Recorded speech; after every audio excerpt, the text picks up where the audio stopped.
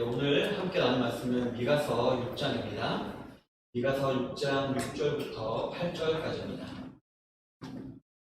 미가서 6장 6절부터 8절까지입니다.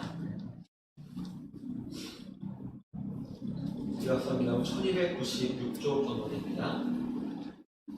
그래서 6절부터 8절로 짧으니까요. 같이 함께 읽도록 하겠습니다. 자, 내가 무엇을 가지고 여호와 앞에 나아가며 높으신 하나님께 경배할까? 내가 번제물로 일련된 송아지를 가지고 그 앞에 나아갈까? 여호와께서 천천의 순양이나 만만의 강물 같은 기름을 기뻐하실까? 내 허물을 위하여 내 마다로 내 영혼의 죄로 말미암아 내 몸의 열매를 드릴까? 사람아, 주께서 선한 것이 무엇임을 내게 보이셨나니 여호와께서 내게 구하시는 것은 오직 정의를 행하며 인자를 사랑하며 겸손하게 내 하나님과 함께 행하는 것이 아니냐. 오늘은 본문을 중심으로 해서 여호와께서 구하시는 것 이런 제목을 가지고 하나님 말씀을 나누기를 원합니다. 그러니까 미가서 6장 초반부에 보면 하나님께서 이스라엘 백성들을 자신의 법정에 세우시는 장면이 묘사가 되어 있는 것을 우리가 알아보았습니다. 하나님께서는 태초부터 있었던 자연 만물들을 증인으로 세우셨고요. 또 이스라엘 백성들을 피고로 삼으셨습니다. 그리고 하나님 자신은 검사와 판사의 역할로 이제 이스라엘 백성과 변론을 하고자 하셨던 것이었습니다. 하나님께서 이렇게 이스라엘 백성들을 이렇게 자신의 법정에 세우신 이유는 이스라엘 백성이 끊임없는 욕심과 탐심으로 하나님을 떠나서 우상 숭배의 죄를 범하고 있었기 때문이었습니다. 그렇기 때문에 의로우신 하나님께서는 그 죄를 짚고 넘어가지 않을 수가 없으셨던 것이었습니다. 그런데 우리가 지난주에 알아보았듯이 하나님께서 이스라엘 백성들과 변론하시려고 하는 목적은 그들의 죄를 다 지적하고 그들을 정죄해서 그들에게 벌을 주시고자 하는 목적이 아니라 그들을 용서하시고자 하는 데 목적이 있었습니다.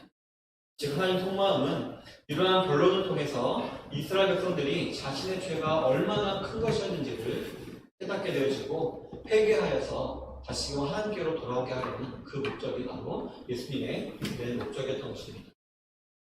이를 위해서 하나님께서는 먼저 자신의 의로우심을 입증하셨습니다. 바로 자신은 항상 좋은 것으로 너희들을 인도했다. 내가 이스라엘 백성 너희들을 항상 선으로 내가 인도했다. 그리고 사람이 받을 수 있는 모든 복, 즉 구원과 보호와 인도로 그들에게 다 복을 내려주었다라고 이제 다시금 깨닫게 해주신 것이었습니다. 그리고 이제 내가 지금까지 너희 이스라엘 백성들을 대할 때 항상 의롭게 행하였듯이 앞으로도 나는 너희들에게 의롭게 할 것이다 라고 이렇게 알려주신 것이었습니다. 따라서 저와 여러분들은 과거에 하나님께서 우리에게 베풀어 주셨던 구원과 은혜 그 모든 것들을 추억하여서 그로 인해 믿음으로 전진할 용기를 얻어야 함을 우리가 알아봤던 것입니다. 여러분, 오늘 읽었던 본문 6절부터 8절을 보면 이제 이러한 재판장에서 피고인 이스라엘은 의로우신 하나님 앞에서 자신들이 유죄이다. 자신들이 벌을 받을 수밖에 없는 유죄임을 인정하지 않을 수가 없게 된 것 같습니다. 그렇기 때문에 그들은 미가 선지자에게 와서 마치 이렇게 묻는 것 같습니다. 6절 초반부에 보면 내가 무엇을 가지고 여호와 앞에 나아가며 높으신 하나님께 경배할까? 라고 말합니다. 이스라엘 백성들도 미가에 와서 그래 알겠다. 우리의 죄를 알겠다. 그러면 우리가 무엇을 가지고 여호와 앞에 나아가야 되느냐? 우리가 높으신 하나님께 어떻게 우리가 경배해야 하느냐? 라고 이렇게 미가에게 묻는 것 같습니다. 우선 이들은 선민인 이스라엘답게 자신의 죄를 용서받기 위해서 해야 될 행동이 무엇인지 잘 알고 있음을 우리가 알 수가 있습니다. 먼저 본문에 보면 내가라고 있습니다. 우리가가 아니라 내가라고 있습니다. 따라서 다른 누군가가 아니라 바로 내가 죄를 지었음을 그들은 인정한 것이었습니다.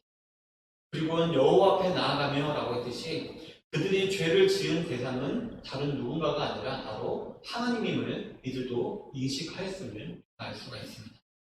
또한 높으신 하나님께 경배할까라고 했듯이 하나님께 죄 용서를 위해 나아갈 때는 제사, 즉 예배라는 형식이 필요하다는 것도 이들은 잘 알고 있었던 것이었습니다. 그래서 여기까지만 보면 이스라엘 백성들도 정신을 차린 것 같습니다. 정신 차리고 자신의 죄를 알고 하나님께 아뢰면서 예배드리겠다라고 말하고 있는 것 같습니다. 하지만 그들의 이어지는 말들을 살펴보면 그들은 이미 오랜 시간 이어졌던 우상 숭배로 인하여서 잘못된 관념들을 여전히 가지고 있었음을 우리가 알 수가 있습니다. 오늘은 내가 무엇을 가지고 여호와 앞에 나아가며 높으신 하나님께 경배할까라는 이런 이스라엘의 잘못된 자다, 그리고 선지자 미가의 올바른 대답을 알아보면서 한번 은혜를 나눠보기를 원합니다. 그렇다면 먼저 하나님께서 구하시는 것과 상반된 이스라엘 백성들이 가지고 있던 잘못된 생각들은 무엇이었을까요? 본문 6절 하반절로 7절 우리 한번 다 같이 읽어볼까요? 내가 번제물로부터 7절까지 한번 읽어보도록 하겠습니다. 자, 내가 번제물로 1년 된 송아지를 가지고 그 앞에 나아갈까? 여호와께서 천천의 순양이나 만만의 강물 같은 기름을 기뻐하실까? 내 허물을 위하여 내 바다들을 내 영혼의 죄로 말미암아 내 몸의 열매를 들을까?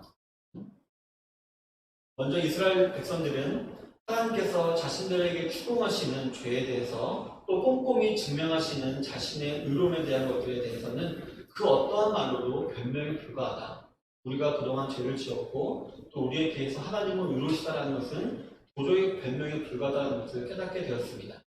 그렇기 때문에 어떻게 하면 하나님과 다시 화해할 수 있을까라는 방법을 알기 위하여서 미가에게 물어보고 또 혹시 이런 걸 하기를 원하시니? 라고 미가에게 말을 한 것이었습니다.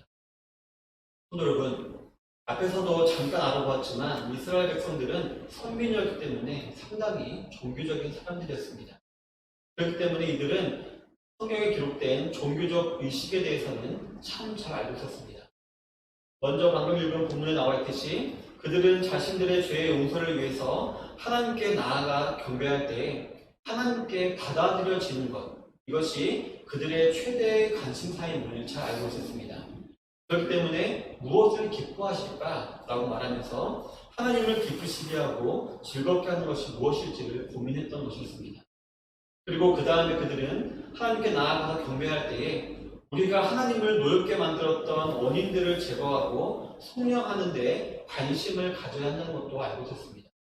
그렇기 때문에 방금 읽었던 본문에 보면 그들은 이렇게 말합니다.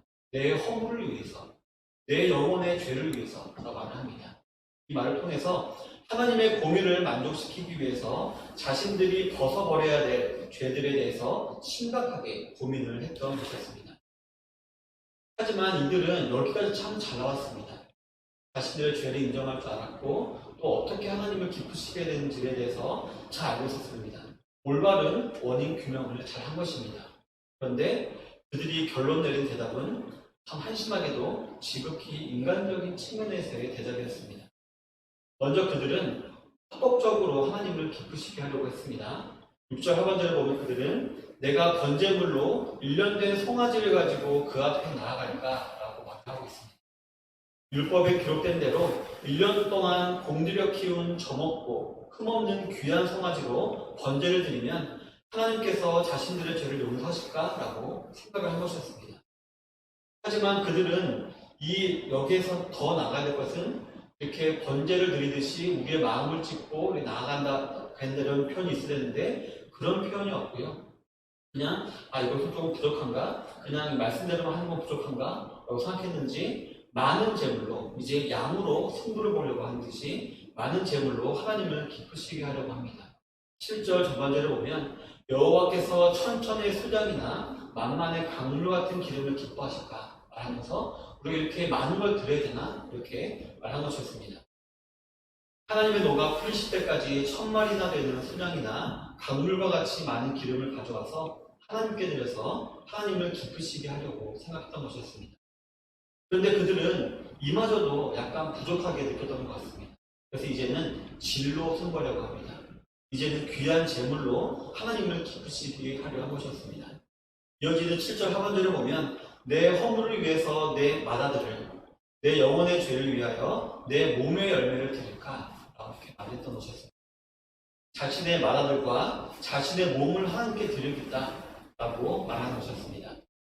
이는 사람의 생각으로 아마 가장 귀한 것, 많은 아들들 중에서 맏아들 정말 귀하죠. 그리고 이 세상 그 무엇보다 귀한 내 자식을 함께 드리면 하나님이 기뻐하실까라고 이들이 이렇게 대답을 했던 것이었습니다. 하지만 이 세 가지 생각들은 모두가 다 잘못된 생각들이었습니다. 처음 생각, 즉 이렇게 제사로 하겠다는 얘기는 그 말은 책임 회피성이 있었고요. 두 번째 생각은 그들이 지키지도 못할 것이었습니다. 한마디로 공통표를 날리는 것이었습니다. 그리고 세 번째 생각은 좀 갸륵한 것 같지만 이것은 심지어 악한 것이기까지 했습니다. 먼저 일련된 송아지를 가지고 나아간다는 것은 율법적으로는 옳은 것이었지만 이것을 뒤집어 생각해보면 그저 법적으로의 책임만을 해결하려는 마음이 있었던 것을 우리가 볼 수가 있는 것입니다. 그러니까 진정한 마음의 회개는 없이 그냥 제사라는 요식 행위로 말미암아 자신들의 법적인 의무를 다 해가지고 그냥 자신들의 죄책을 떼우려고 했던 그런 마음이 있었던 것이었습니다. 그러나 하나님께서 이러한 이스라엘 백성들의 악함을 모르실 리가 아마 없었을 것입니다. 그리고 두 번째로 이들이 많은 재물로 하나님께 나아간다는 것은 어떻게 보면 정말 이스라엘의 마음이 진심인 것처럼 보이게 했을 것입니다. 하지만 이는 솔직히 지키지 못할 것이었습니다. 천천의 수량, 그들에게 1000마리 되는 양이 있었을까요? 그리고 강물과 같은 기름이 그들에게 있었을까요? 있지도 않은 것이었습니다. 그리고 이것은 자연도 그들에게 공급해주기 힘든 것입니다. 따라서 이들은 그 당시 위기만을 넘기기 위해서 이러한 사탕발림 혹은 눈 가리고 아웅하는 이런 일을 하고자 한 것이었습니다. 왜냐하면 율법상 하나님께서는 속죄제물로 한 마리의 수량을 요구하시기 때문이며 이 사실을 그들도 잘 알고 있었는데 그런데 천천의 수량을 드리겠다, 만만의 강수를 드리겠다는 것은 말 한마디로 세치어로 속이려 했던 것임을 우리가 알 수가 있는 것입니다.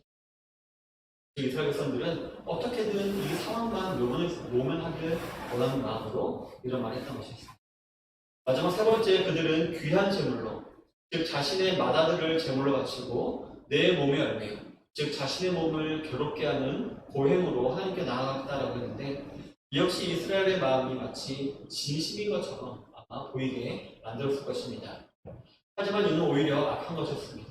왜냐하면 자신의 아들을 제물로 드리고 자기의 몸을 긋고 이렇게 고행하는 것은 이방 종교의 풍습이었기 때문입니다.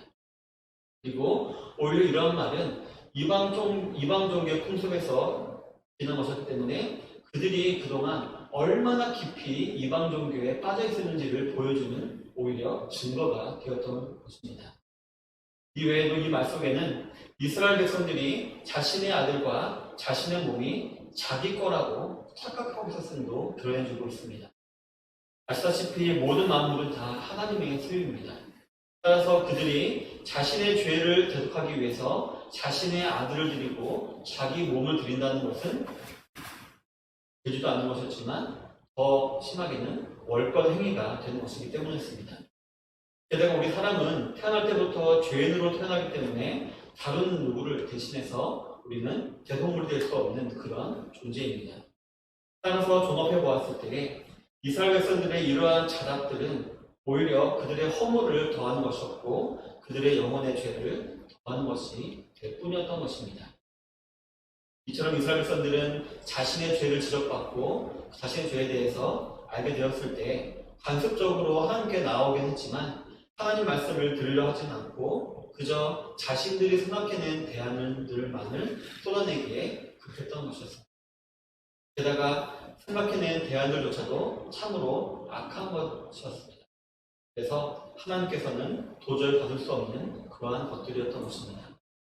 그렇기 때문에 하나님께서는 자신이 구하는 것을 미가를 통해서 말씀하십니다. 그렇다면 하나님께서 자신의 백성들에게 구하시는 것 무엇일까요? 본문 8절을 한번 다 같이 읽어보도록 하겠습니다. 사람아, 주께서 선한 것이 무엇임을 내게 보이셨나니 여호와께서 내게 구하시는 것은 오직 정의를 행하며 인자를 사랑하며 겸손하게 내 하나님과 함께 행하는 것이 아니냐. 방금 이들이 어떻게 하면 하나님을 기쁘시게 할 수 있을까? 라고 이렇게 자문한 다음에 이렇게 소를 드릴까? 또 수천의 순양을 드릴까? 만만 강수 같은 기름을 드릴까? 내 맏아들과 내 자신을 드릴까? 이렇게 자답했던 것들인데 이러한 것들은 한낱 오염된 사람의 생각이었습니다. 즉 세속적인 것들로서 물질적이며 외식적이며 온전하지 않은 것들이었습니다. 그렇기 때문에 하나님께 나아가고자 하는 자들을 온전케 할 수 없는 것들이었습니다. 오히려 이러한 태도들, 즉 자신들의 가진 행위와 물질로 죄사함과 하나님의 은총을 살 수 있을 것이라고 생각한 자들은 오히려 그것들과 함께 멸망하는 것밖에는 도리가 없는 것이었습니다. 그런데 이러한 사실은 이미 하나님께서 말씀하셨던 것이었습니다. 하나님께서 이스라엘 백성들이 알지도 못하는 것들을 악한 의도로 그들에게 요구하는 것이 아니었던 것입니다. 오늘 읽었던 8절 전반절에 보면 사람아 주께서 선한 것이 무엇임을 내게 보이셨나니 라고 했습니다. 이것은 하나님이 이전에 율법으로 말씀으로 누누이 그들에게 내가 무엇을 원한다라고 이미 말씀을 하셨었다는 것입니다. 그런데 이스라엘 백성들은 그 말은 무시하고 그냥 자기 생각에 좋은 것들을 하나님께 드리려고 했던 것이었습니다. 그럼에도 은혜의 하나님께서는 인내하심으로 다시 한번 자신이 구하는 것이 무엇인지를 이스라엘 백성들에게 말씀을 해주십니다. 먼저는 정의를 행하는 것이다 라고 했습니다. 이 정의라는 것은 다른 사람들과의 관계에서 발생하게 되는 은유에 따라서 모든 자를 각 사람에게 합당한 대로 대해야 한다는 것입니다. 따라서 우리는 아무에게도 불의를 행해서는 안 되고 모든 사람의 몸과 물건과 선한 이름에 대해서 우리는 정의를 행해야만 하는 것입니다. 미가서 앞부분을 보면 이스라엘의 지도층들과 권력자들이 힘없는 자들을 소탈한 것이 나오고 그것을 하나님께서 이렇게 지적하신 것이 나오는데요. 이는 그들로 하여금 그저 허울뿐인 제사나 말로만 떼오려서는 안 되고 실제로 그들에게 대한 하나님 주신 의무를 다 한 후에 그때 와서 하나님 말씀대로 해야 한다는 것입니다. 우리가 신약 성경에서도 보면은 너희가 제물을 드리려 할 때 너희가 그 싸운 자와 화해를 하고 제물을 드리려는 말씀이 있지 않습니까? 마찬가지로 하나님께서는 너희가 그동안 수탈한 이스라엘 일반 평민들에게 너희들이 해야 될 것을 다 하고 한 의무를 다 한 후에 그때 와서 하나님 말씀대로 해야 한다는 것입니다. 다음으로는 인자를 사랑하는 것이다 라고 했습니다. 여기서 말하는 인자는 사람을 말하는 것이 아니고 긍휼이라는 뜻을 가진 그런 단어입니다. 따라서 인자를 사랑하라 라는 말은 우리가 다른 사람들에게 선을 행할 기회가 있을 때에 우리는 즐거운 마음으로 그 선을 행할 줄 알아야 한다는 것입니다. 그리고 더 나아가 이 인자를 사랑해야 된다고 했습니다. 따라서 우리는 이러한 일들을 하기를 좋아해야 한다는 것입니다. 예전에 제가 통계를 본 적이 있습니다.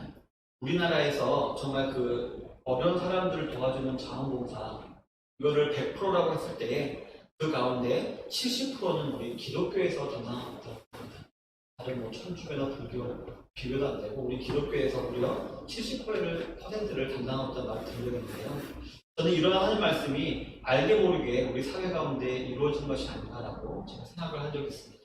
이처럼 우리들은 하나님을 이렇게 섬기는 것도 중요하지만 하나님께서 우리에게 주변에 주신 영혼들을 섬기는 것도 참 중요하다는 것을 말하고 있는 것입니다.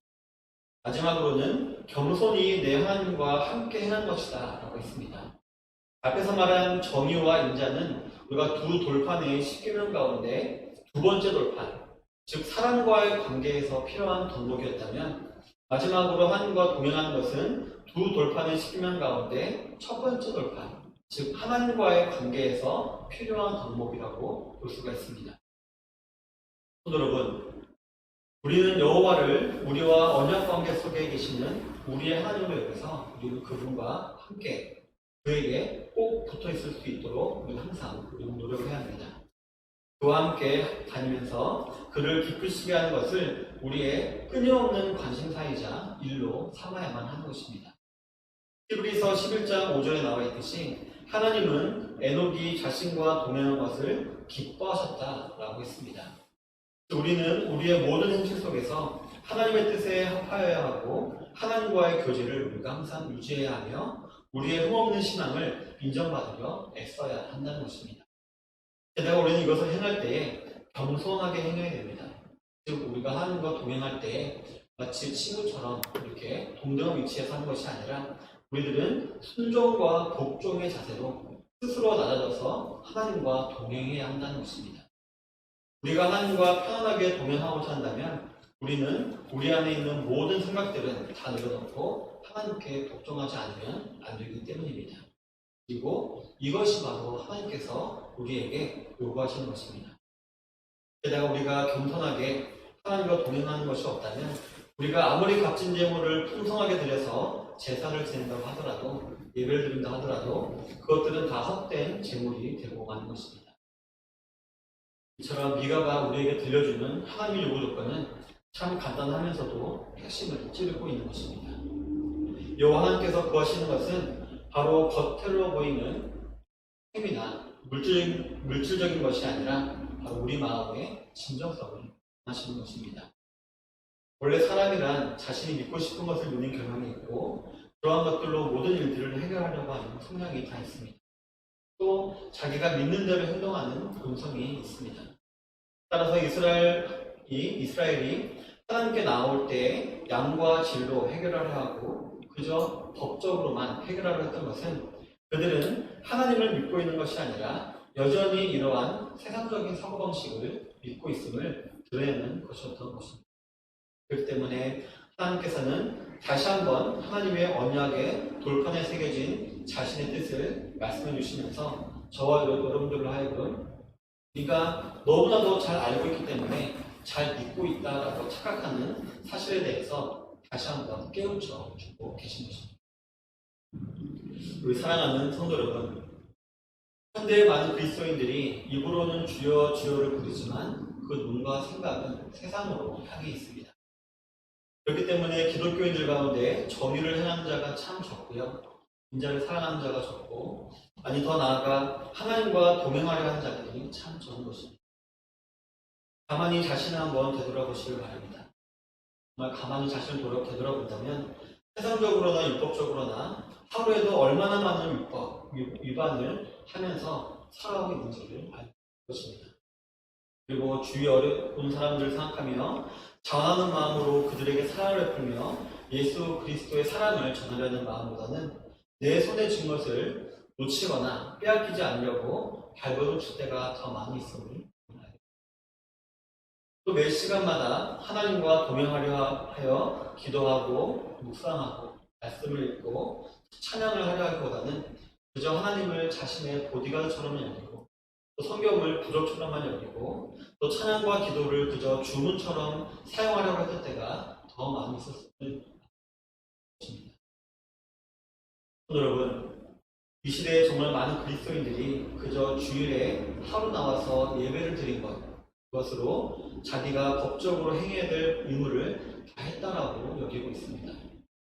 또 교회 여러 가지 일들에 대해서는 시간과 정성을 기울이기 힘들고 귀찮으니까 얼마 안 되는 물질 같은 것들로 그냥 때우려고 하는 성도들도 많이 있습니다. 그리고 자기 자신의 유익과 만족을 위해서 기도하느라 다른 사람들을 향한 인자를 가지고 기도하는 것은 어느새 감추는 성도들도 참 많이 있습니다. 또 하나님이 아닌 세상과 동행하느라 괜히 걸리적거리고 양심에 찔리게 하는 하나님과 하나님 말씀은 집과 교회에만 잘 보관하고 있는 성도들도 참 많이 있습니다. 여러분 기억하시길 바랍니다. 하나님께서 저와 여러분들에게 구하시는 것은 저와 여러분들의 마음입니다. 그 마음 가운데 하나님을 아버지로, 창조주로, 왕으로, 구속주로 인정하고 그런 하나님께 구속의 은총을 받은 자라는 사실을 굳게 믿고 또 그러한 믿음을 근거로 해서 하나님을 사랑하듯이 우리 이웃을 사랑하고 하나님의 법을 사랑하며 하나님과 동행하기를 기뻐하기를 하나님께서는 원하시는 것입니다. 오늘 본문의 이스라엘은 현대를 살아가는 저와 여러분들이 아니라고 말할 것입니다.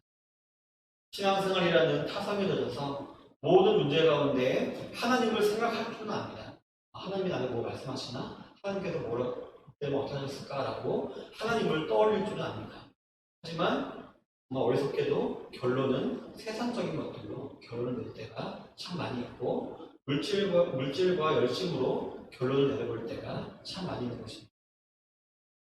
하지만 하나님께서는 저와 여러분들의 생명의 근원인 마음을 자신에게 드리며 나아오기를 원하십니다. 그래서 앞으로의 우리 신앙생활 가운데 인본주의, 배분주의, 허례의식, 기득권 의식 같은 것 같이 세상적인 사고방식과 군노더기는 다 벗어버리고 진심으로 자신에게 나아오며 그 마음으로 주위의 모든 성도님들과 사람들에게 정의와 인자를 행하게 되기를 하나님께서는 지금도 원하는 것입니다. 여러분, 하나님께서는 이러한 저 여러분을 통하여서 저 여러분들이 하나님과 동행하고 있다는 것을 만방에 드러내 주시기를 원하십니다. 그리고 하나님께서는 이걸 통하여서 자신이 허락하는 은혜와 평강 그리고 영적인 도움을 우리에게 지금도 허락해 주기를 원하십니다.